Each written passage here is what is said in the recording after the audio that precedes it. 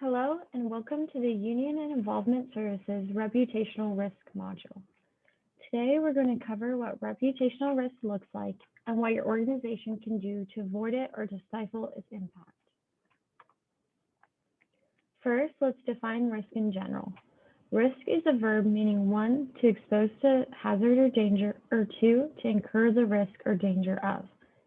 As a student organization, you must be able to identify, define, and communicate your risk management responsibilities. When planning for an event or activity, the organization must consider every risk that could fall into any one of the 5 levels of risk. Well-formed plans can prevent innumerable foreseeable events from occurring. Thorough pre-event plans are essential to managing risk as they allow for appropriate mitigation strategies to be set in place. Managing risk is an important part of being a successful student organization and is what makes many of the events held on campus possible. The best time to undertake a comprehensive risk management program is before an incident occurs at an event. What is reputational risk? Any situation involving a potential to harm the reputation of your organization. This can also affect your faculty advisor, individual members, and national headquarters. Hurting the reputation of any of these entities could result in people seeing your organization in a bad light, lower attendance at your events, lower club enrollment, and a lack of trust from the university. Your group doesn't necessarily have to be guilty of whatever it is being accused of for reputational harm to occur. It can come from anywhere, including word of mouth, campus media, and social media. What type of situations could cause reputational harm? A few minor examples of how poor planning could cause some damage to your organization's reputation include events that have low turnout, overcharging, or running out of items early. Additional examples include organization members or leadership participating in or being accused of illegal activity, as well as poor handling of accidents or documentation of exclusionary practices within the organization. Finally, having any media source cover any of these situations can damage your organization's reputation. Since reputational risk is hard to spot, focus on managing your organization's reputation as a whole. Before planning any event or activity, ask yourself how it aligns with your organization's values and goals. Think about your organization's core values. Do the events you are hosting and participating in reflect those core values? Once you have decided on the content of an event, think about and plan for the worst case scenario.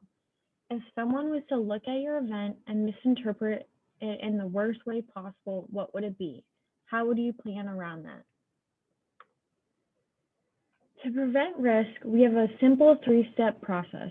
First, identify risk. Figure out what risk might occur in any given situation. Second, assessment of risk. Determine how severe those potential risks are. Third, mitigation of risk. Reduce the likelihood that the risk will occur while simultaneously preparing for it. Reputational risk is hard to plan for because it can come from anywhere. What you should do is focus on managing and creating a good reputation for your organization. Think about what message your organization is trying to send about it. Go back to what your organization's values are, but most of all, have a plan. So let's say your organization messes up. A situation gets out of hand and your group doesn't have a good plan to deal with it. You now need to handle the aftermath. Handle the situation at hand first, taking care of any physically or emotionally harmed individuals or facilities before considering how your reputation will be affected. Know what went wrong. Be able to learn from the mistakes made and address them. Take the experience and make a concrete plan with your organization's members and officers for how to avoid similar events from occurring in the future. If a statement is required or requested on behalf of the organization, make sure you know who is responsible for giving it. If someone underprepared gives a misleading or inaccurate statement for your organization as a whole, it could cause serious harm to the organization. Now let's look at an example.